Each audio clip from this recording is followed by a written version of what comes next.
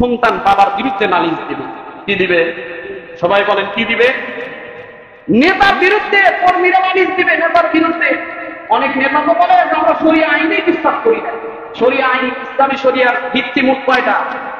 বলা বলে না কয়টা? ইসলামী শরিয়ার ভিত্তি মোট 4টা। কোরআন, হাদিস, ইজমা, কিয়াস। কোরআন, সুন্নাহ, ইজমা, কিয়াস। কোন ব্যক্তি যদি বলে, আমার বাবাও যদি বলে যে আমি ইসলামী শরিয়াকে বিশ্বাস করি না, ইসলামী শরিয়া আইন মানি না, আপনারা একটু বলেন তো তাহলে সেই ব্যক্তি কি মুসলমান থাকতে পারে? জোরে বলেন। কারণ ইসলামী শরিয়া বিশ্বাস না করা মানে কোরআনকে বিশ্বাস না করা। ইসলামী শরিয়া বিশ্বাস না করা মানে হাদিসকে অস্বীকার করা। ইসলামী শরিয়া অবিশ্বাস করা মানে হলো সুন্নাহকে অবিশ্বাস করা। ইসলামী শরিয়া অবিশ্বাস করা মানে হলো কিয়াসকে অস্বীকার করা, ইজমাকে অস্বীকার করা।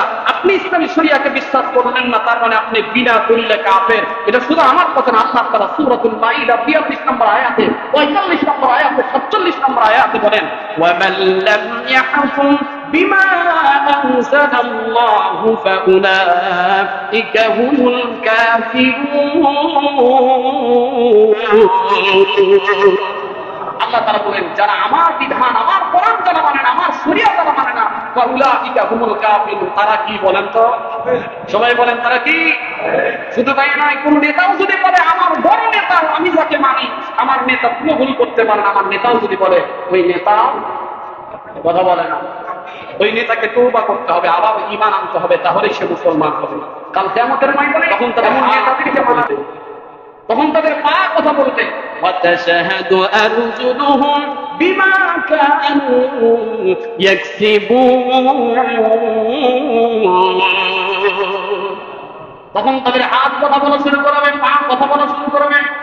চিন্তা করে দেখেন, আপনি যদি নামাজ পড়েন, আপনি যদি নামাজীদের সাথে থাকেন, নেককার বান্দাদের সাথে থাকেন, আপনিও কাল কিয়ামতের ময়দানে নামাজীদের কাতারে দাঁড়াইতে পারবেন।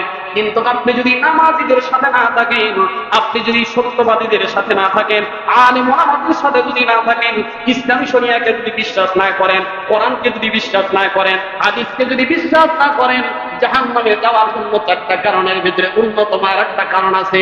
আল্লাহ তাআলা কিয়ামতের ময়দানে জিজ্ঞাসা করবে, মা সারাকাকুম ফি সাকার, কেন তুমি জাহান্নামে এসেছো? মানুষগুলো বলবে, ক্বালা ক্বালু লাম নাকু মিনাল মুসাল্লিন। তখন তারা বলবে, আল্লাহ আমরা নামাজ পড়ি নাই, নামাজীদের সাথে আমরা ছিলাম। দুনিয়াতে আমরা লম্পটদের সাথে চলেছি, দুনিয়াতে চোরদের সাথে ঘুরেছি, দুনিয়াতে বাটপারদের সাথে ঘুরেছি, দুনিয়াতে আমরা খারাপ নেতাদের সাথে ঘুরেছি। আল্লাহ এই নেতারা আমাদেরকে নামাজের আদেশ দিত না, আল্লাহ এই নেতারা আমাদেরকে নামাজের কথা বলতো না, আল্লাহ আমার মা বাবারাও নামাজের কথা বলতো না, আল্লাহ আমার বাবারাও আমাকে নামাজের কথা বলতো না। কাল কিয়ামতের ময়দানে সন্তান বাবার বিরুদ্ধে নালিশ দিবে। কি দিবে? সবাই বলেন কি দিবে? নেতার বিরুদ্ধে কর্মীরা নালিশ দিবে নেতার বিরুদ্ধে। অনেক নেতা তো বলে আমরা শরিয়া আইনে বিশ্বাস করি না। শরিয়া আইন, ইসলামী শরিয়ার ভিত্তি মোট কয়টা? বলা বলে না কয়টা? ইসলামী শরিয়ার ভিত্তি মোট 4টা। কোরআন, হাদিস, ইজমা, কিয়াস।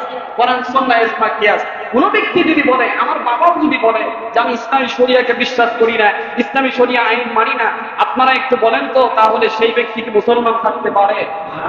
জোরে বলেন। কারণ ইসলামী শরিয়া বিশ্বাস না করা মানে কোরআনকে বিশ্বাস না করা। ইসলামী শরিয়া বিশ্বাস না করা মানে হাদিসকে অস্বীকার করা। ইসলামী শরিয়া অবিশ্বাস করা মানে হলো সুন্নাহকে অবিশ্বাস করা। ইসলামী শরিয়া অবিশ্বাস করা মানে হলো কিয়াসকে অস্বীকার করা, ইজমাকে অস্বীকার করা। আপনি ইসলামী শরিয়াকে বিশ্বাস করলেন না, তার মানে আপনি বিনা দলিলে কাফের। এটা শুধু আমার কথা না, আল্লাহ তাআলা সূরাতুল মাইদা 42 নম্বর আয়াতে, 45 নম্বর আয়াতে, 47 নম্বর আয়াতে বলেন, ওয়া মান লাম ইয়াহকুম বিমা আনজালাল্লাহু ফাউলাইকা হুমুল কাফিরুন। আল্লাহ তাআলা বলেন যারা আমার বিধান, আমার কোরআন যারা মানে না, আমার শরিয়া যারা মানে না, ফাউলাইকা হুমুল কাফিরুন। তারা কি বলেন তো? সবাই বলেন তারা কি? শুধু তাই নয়, কোন নেতাও যদি বলে আমার বড় নেতা, আমি যাকে মানি, আমার নেতা পুরো ভুল করতে পারে না, আমার নেতাও যদি বলে, ওই নেতা কথা বলে না, ওই নেতাকে তওবা করতে হবে, আবার ঈমান আনতে হবে, তাহলেই সে মুসলমান হবে।